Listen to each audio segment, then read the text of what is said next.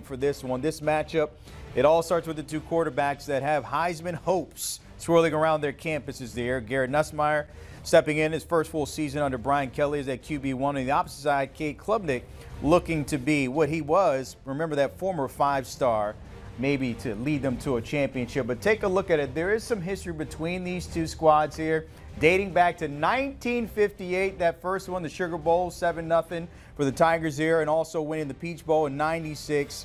And then 2019, the final bragging rights there for LSU, that 42-25 win, the CFP title game. Joe Burrow and the crew still got bragging rights when it comes to them against the Tigers. And Clemson, of course. All right, for more of the showdown there in the Death Valley there, join us for the conversation. We got both sides here, Austin Hanna and Glenn West, tapping in before we get to Saturday. And Glenn, I'll start with you because LSU, there seems to be some rumbling about a narrative 1-0. Shed some light on that for us. Yeah, absolutely. Well, it's no surprise to people in Baton Rouge, but LSU has not won has not won an opener since that championship season back in 2019 that coincidentally ended with a win over Clemson in the championship game. So it's been 5 years of straight losses there for LSU, and so a big part of this offseason for Brian Kelly and for these players has been really hammering home getting off to a fast start. And you really can't walk 5 feet into the LSU football ops building without seeing some kind of reminder, 1-0 reminder about this Clemson game and how important it is for LSU to get off to the kind of fast start that's needed to make a legitimate playoff run. So this is as big of a game as I can remember in recent memory for LSU to get off to a really clean start here against a top 5 opponent on the road, a true test for this team that they have put together that they feel really confident in, that can make this kind of deep playoff run. So this has got serious implications about this era of LSU football and what that means for the program going forward. Yeah, Brian Kelly has mentioned, of course, when it comes to winning championships, that's what he wanted to do when he came to LSU. But also for Clemson, they have a few of those not too long ago. But Cade looking to maybe jump into that conversation, one of the top QBs in the game so far. What have you seen from him leading up to this game to give you the nod to say, you know what, he's up there? Yeah, it's kind of interesting, actually, just what Glenn was talking about season openers. This is Klubnik's 3rd year as the starting quarterback, and his first 2, he lost the season opener. Going back to 2 years ago, his first start of the season at Duke, they got blasted in a bad game that they played there, full of turnovers. And, of course, last year in Atlanta, things didn't go so well against Georgia and Kirby Smart in week 1. So both teams kind of dealing with the same thing, and I think both teams kind of are both relying on their quarterback as well. So 2 interesting programs with very similar roster buildup, I think, this year. And both quarterbacks, like you said, and like we've been talking about all week on both of our sites. I mean, it's going to come down to these 2 guys. And Cade Klubnik, first year as a starter, he came in as a 5-star, and everybody expected him to be Trevor Lawrence, expected him to be Deshaun Watson. And things didn't go so well. In his first 28 starts, he's 19-9. Not a great record if you're thinking about this Clemson starting quarterbacks and the guys that have come behind him and what their record was early in their career. So he's kind of had to battle through some adversity, but last year was that giant step forward that everybody wanted to see. He had 46 touchdowns, I think just 4 turnovers. So taking that step forward, being able to get the ball in the playmaker's hands instead of making poor decisions with the football was big for him. And I think, Klubnik too, both quarterbacks in this game, it's, the winner of this game, the guy that leaves the field as the winning quarterback in this game is going to start probably feeling pretty good. Not that either quarterback would do this, but they're probably going to be feeling pretty good about their chances of advancing to New York City as a Heisman finalist late in the season. So I think this game sets the tempo for both teams all season, and neither team wants to start 0-1 for Clemson. It'd be the 3rd straight year, for LSU and obviously the 6th straight year. So I think both quarterbacks and both teams are kind of looking to get that first foot off to a good start here. We all know it comes to the quarterbacks, but then the defense as well. And Glenn, my question to you, when you talk about the defense that we've seen the past couple of years since Kelly's been there, it has not been up to par. Will they travel well this year? That's the hope. That's the reason that they went out and spent more resources than they ever have in the transfer portal this last year. They signed 18 players. A good majority of those players are going to be on the defensive side of the ball. You're going to have a lot of veteran experience out of the Power 4 conferences. You've got guys like Jack Pyburn, Monsieur Delane at cornerback. You've got Patrick Payton from FSU. You've got several pieces here. AJ Halsey from Houston. Several pieces on this defense that you're going to see from LSU have multiple years of starting experience under their belt, and that's something that they've really needed. They needed to fuse. They need infusion of some veteran talent, some leadership into that defensive side of the ball. Blake Baker is a guy who really wants to be aggressive with this defense, so they made sure that they went out and got smart football players, guys that are going to lead the right way and do things that can maybe be a little bit more hectic, create a little bit more havoc on opposing offenses, and that's certainly going to be the goal week one against the Clemson offense that's returning much of its starting lineup. So defense is a key as well when it comes to LSU for Clemson. Austin, I mean, realistic expectations here. Is it just the conference title, the ACC? Are we thinking CFP or Natty? What has been some rumblings of where they really see themselves this year? Yeah, I think the overall feeling from the fan base is just kind of they're done with just winning the ACC, which Dabo Swinney loves talking about it, and they've made it a point to win it every year, and they've been very successful at doing that. But when you look at this sport as a whole, it's winning the ACC for Clemson's not really. I don't think that's really the goal or the the benchmark anymore. I think they know that they've competed at the highest level. They've beaten a Nick Saban coach team twice in the past in a national title game. Obviously, they played in another one against LSU a couple years ago. They've been to that spot, and I think that the fans are kind of, and not just the fans, but I think the program. And then you think about a lot of the veterans that are on this team. We've talked so much this offseason about all the returning production and how it's the best in the country. But all these guys are coming back for their third and fourth seasons to reach that point, not just to win another ACC title, because they've all done that already. So I think it's very interesting that LSU, obviously, like a lot of teams, attacks the portal very, very heavy, and they've restocked their lineup with a lot of those guys. But it's kind of going to be an interesting talking point to okay, well, Clemson's kind of opposite, where they're just kind of relying on a bunch of juniors and seniors that they recruited as high schoolers years ago that have developed over the course of their college career. So not always a referendum game. People always try to do that when comparing Swinney to other programs that like to use the portal. But I do think it will be interesting to see how their new lineup with all these new players that they've brought from the outside, how that kind of stacks up in terms of continuity in a week one game like this, especially on the road in a place like Death Valley. It is just week one, but if we're looking ahead in terms of the odds there, Clemson is favored 12-1 to win it all. And then we find the Tigers of LSU 13-1 when it comes to that. But, of course, we're not talking about that. We have one game to worry about here. And, Glenn, I'll let you go first. Who wins this one on Saturday? Yeah, I've got Clemson by a hair here. I mean, it's just so hard after 5 straight years of watching LSU just not be able to quite muster up enough offense to get over the hump here in week one. And I think this year it's going to be really difficult because I don't have many long-term concerns about this offensive line or this offense as a whole. I think it can be one of the most explosive in the country.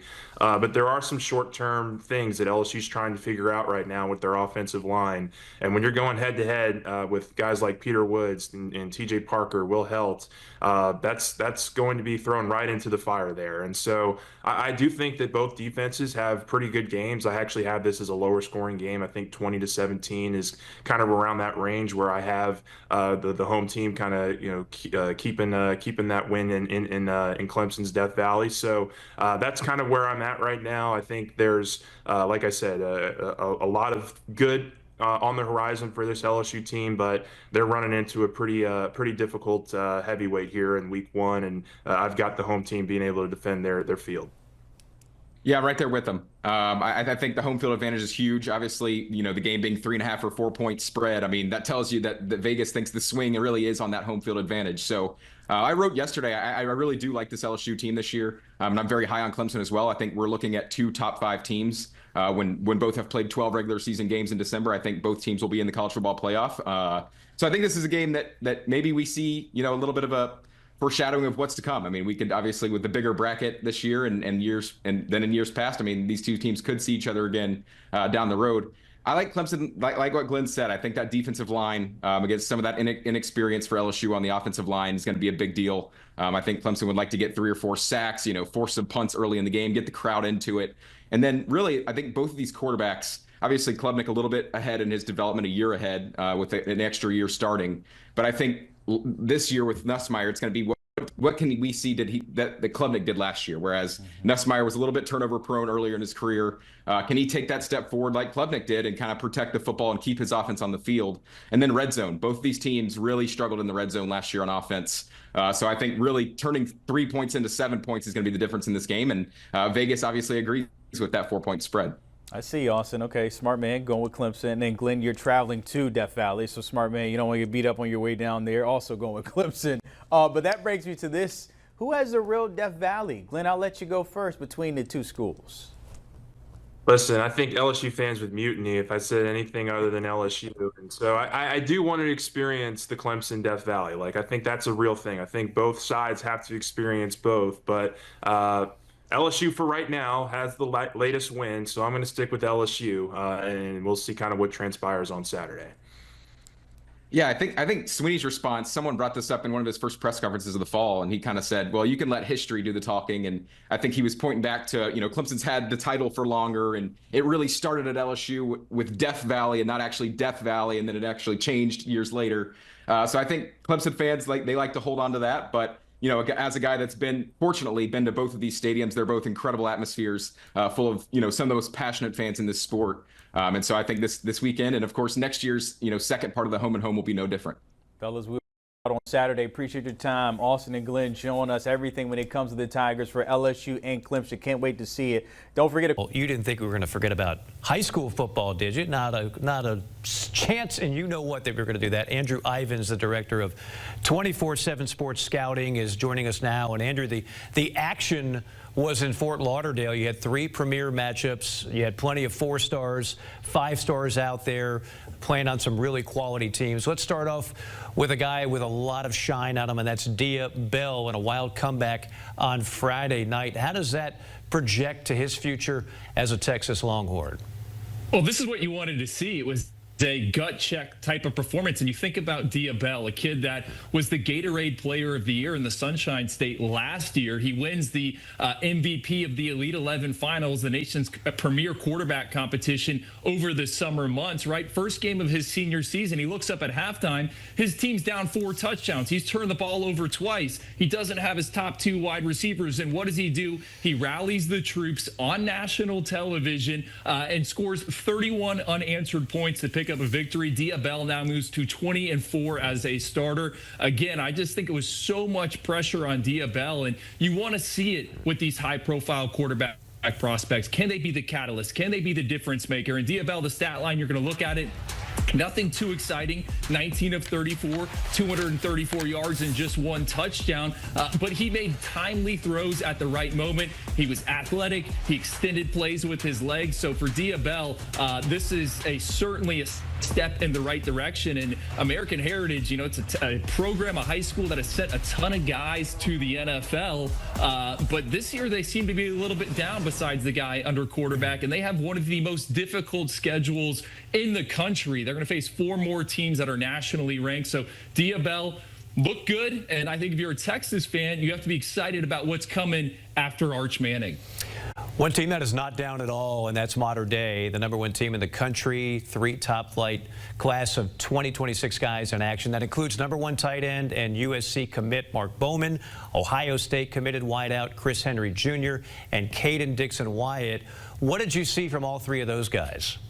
I think Chris Henry is kind of the story of the weekend. Man, Ohio State, the Buckeyes, they just keep reloading at the wide receiver position. And Chris Henry's a kid we have loved throughout the evaluation process, but he missed pretty much all of his junior season with a knee injury. He played less than 50 snaps. Had just 10 targets. We've been waiting and waiting and waiting to see what Chris Henry is going to be able to do. Well, he was awesome in the first half on Saturday. 4 catches, over 120 yards, and 2 touchdowns. We're talking about a kid that is 6'5", 200 pounds, excellent in 50-50 situations. He reminds me of Keon Coleman, who's with the Buffalo Bills. So this is a kid that's not a 5-star prospect for us right now, but he certainly made the case that, hey, when we finalize our rankings in January, he should have a 5th star next to his name. And if that is the case, it would be the 4th year in a row that Ohio State has signed a 5-star wide receiver. Everyone knows Jeremiah Smith. They've added Carnell Tate, Quincy Porter last cycle. They just continue to reload. I also got to give a shout out to Mark Bowman, #1 ranked tight end for us in the class of 2025. This is a kid that is reclassified. He was originally in the class of 2026. You don't see him get a ton of targets because that Mater Dei offense, it's got a ton of mouths to feed. But but man, I think this guy is elite. I think he is the best tight end to come out of the high school ranks, maybe since Brock Bowers, and I think he might be one of the top offensive prospects in the 2025 cycle. He does the dirty work, right? He blocks. He's a guy that's on punt coverage. He is awesome, and I think pretty soon he is going to be one of the highest paid tight ends in all of college football. Wow, Brock Bowers, that is some high praise. That is the ultimate comp right now for recent tight ends in the sport. How about elite edge rusher Zion Ely? He's with St. Francis Academy. They took on Chaminade Madonna. How did he look? How did he end up winding up at Maryland? No knock on the Terps, but we don't normally see Maryland top the five-star list, if you will. Oh, Mike, St. Francis Academy, I have never seen a defensive performance like I saw on Saturday night. These guys got off the bus on a mission, and they just took it to Chaminade Madonna Prep, a team that always is winning state titles down in the Sunshine State. They were fast, they were physical, they were aggressive, and they were led by Zion Ely, five-star edge rusher. This is a kid that everyone in the country wanted, but Mike Loxley in Maryland, they built a relationship very early in the recruiting process. And if you want to talk about the new age of college football with the revenue share, the name, image, and likeness, let's not forget Maryland's an Under Armour school. Under Armour is based out of Baltimore. St. Francis Academy is right around the corner, and you can these packages, the compensation, you can kind of tailor some deals towards these athletes. You still have to recruit the kid. In Maryland, Mike Loxley, Loxley was hired because of his relationships in the DMV, and they did an excellent job there. Ely on Saturday night, man, explosive takeoffs, consistently gets to the quarterback. Still, I think it's going to be a recruitment track here over the next few months. All these kids have made their decisions, but as we get into November, a little bit closer to that early signing period, a lot of schools are going to be trying to pry Zion Ely away from Maryland. It'll be interesting to see, what it looks like on the field for the Terps in 2025. Would be a great pickup for the Terps, no doubt, if they can hold on. How about his teammate? You got five-star Alabama commit, Jaira Edwards. What did you see from him in this matchup?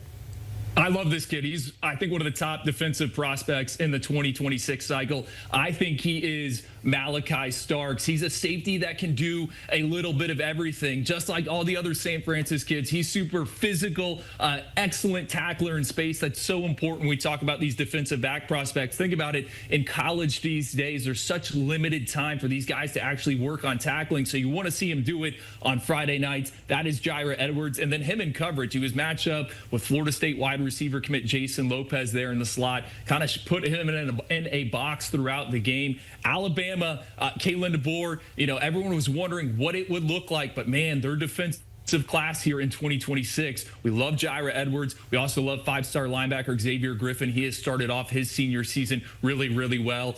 Nick Saban is gone, but defensive talent, future NFL players still coming to Tuscaloosa. It's funny, Andrew, all the changes in college football now with the house settlements, salary caps, and NIL and the portal. The rich still get richer. It seems like we're talking about the same schools.